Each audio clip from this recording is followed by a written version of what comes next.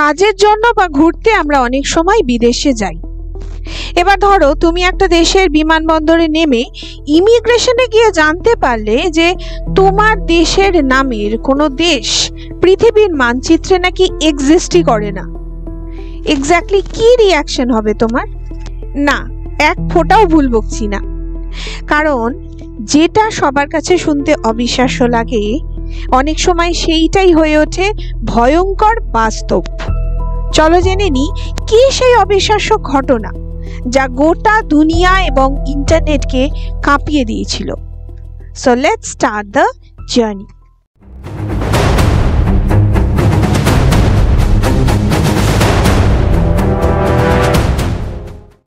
Recently একটা খবর বা ভিডিও নেট দুনিয়ায় সাড়া জাগিয়েছিল যে জেএফকে বিমানবন্দরে একজন হিজাব পরা মহিলা এসে ইমিগ্রেশনে তার পাসপোর্ট দেখায়। ইমিগ্রেশনের লোকেরা মহিলাকে জিজ্ঞেস করে যে সে কোন দেশ থেকে এসেছে।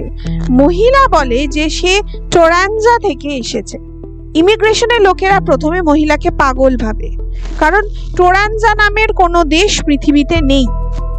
কিন্তু এরপর মহিলার পাসপোর্ট চেক করে সবাই হাঁ হয়ে যায়, কারণ পাসপোর্টের হলোগ্রাম আর স্ক্যান কোড কিন্তু জেনুইন, তার মানে পাসপোর্টটা ফেক নয়। কিন্তু এটা কিভাবে সম্ভব? কারণ এমন কোনো দেশের কোনো এক্সিস্টেন্সই নেই। এই খবরটা ইন্টারনেটে ভাইরাল হতেই মানুষের মধ্যে অনেক রকম জিজ্ঞাসা দেখা গেল। তাহলে কি এই মহিলা প্যারালাল ইউনিভার্সের অন্য কোনো পৃথিবী থেকে টাইম লুপের মাধ্যমে এসেছে আমাদের পৃথিবীতে, নাকি পুরো ব্যাপারটাই সাজানো বা অভিনয়? অনেক টিকটকাররা আবার সন্দেহ প্রকাশ করেছে যে এটা কোনো বড় হলিউড মুভির পাবলিসিটি স্টান্ট না তো। দেখো, এই ভিডিওটা দেখে আমার পার্সোনালি মনে হয়েছিল যে এটা এআই জেনারেটেড ভিডিও ক্লিপস। শুধু আমি না, অনেকেই কিন্তু এটা মনে করেছিল। কিন্তু ব্যাপারটা এখানেই শেষ হয়নি।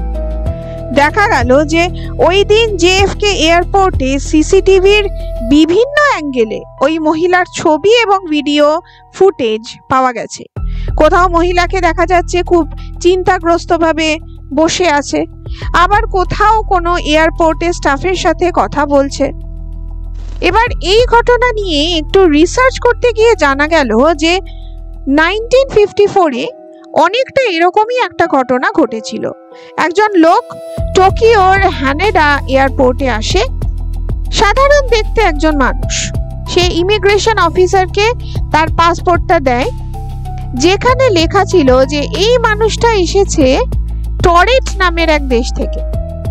ইমিগ্রেশন অফিসাররা তখন ওই লোকটাকে জিজ্ঞেস করে যে টরেট দেশটা কোথায়।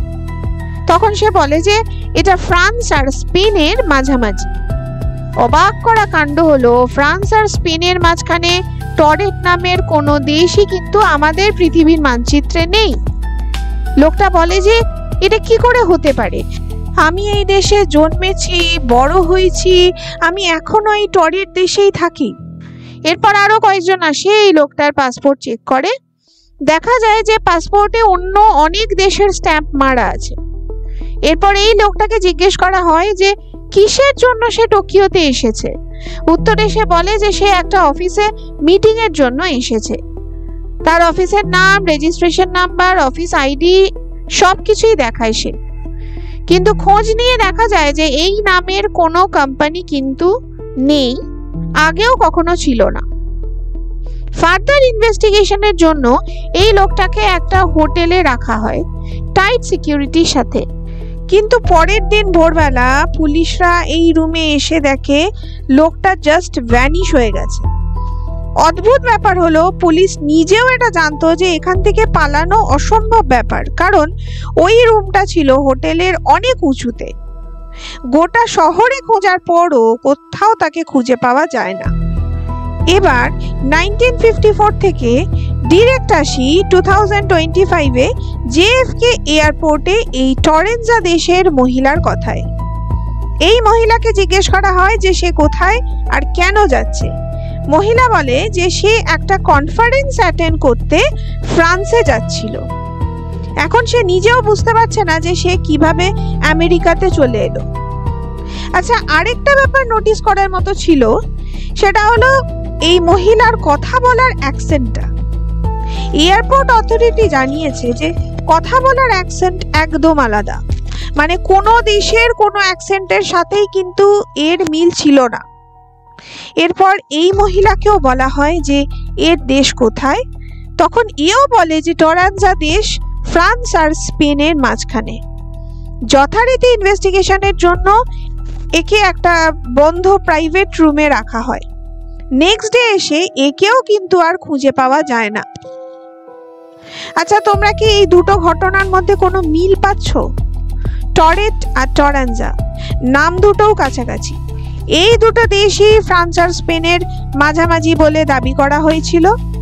দুজনকেই ইনভেস্টিগেশনের জন্য একটা জায়গায় রাখা হয়েছিল, তারপর দুজনেই পরের দিন গায়েব হয়ে গেছিল।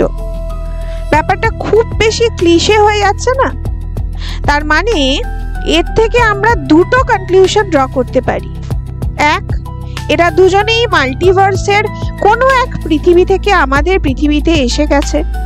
সেই পৃথিবীতে টরেট আর টরেনজা এই দুটো দেশেরই হয়তো অস্তিত্ব আছে, কিন্তু বিজ্ঞানী বা বিশেষজ্ঞরা এই টাইম ট্রাভেলের মতো সেন্সিটিভ টপিকগুলোকে সিক্রেটই রাখতে চায়, যাতে এগুলোর কোনো মিসইউজ না হয় বা মানুষে যাতে কোনো প্যানিক না করে, অথবা কোনো ন্যাশনাল সিকিউরিটির কারণে। দ্বিতীয় কনক্লুশন হতে পারে এই পুরো ব্যাপারটাই ফেক, জাস্ট লোকেদের এন্টারটেনমেন্টের জন্য অথবা গুজব ছড়ানোর জন্য বানানো হয়েছে। হিন্দুস্তান টাইমসেও কিন্তু এই ঘটনাকে অত্যাধুনিক এআই টুলের কারসাজি বলা হয়েছে। এবার তোমরাই বলো যে তোমাদের কি মনে হয়, কোনটা সত্যি আর কোনটা মিথ্যে? কমেন্ট সেকশনে জানাও। আর প্যারালাল ইউনিভার্সের বিষয়ে কিছু যদি জানতে চাও সেটাও মেনশন করো কমেন্টে। আশা করি আজকের ভিডিও তোমাদের ভালো লেগেছে। তাহলে একটা লাইক তো দেওয়াই যায়, তাই না? আর এরকম ভিডিও আরো পেতে করে ফেলো সাবস্ক্রাইব। তাহলে আজকের মতো গুড বাই।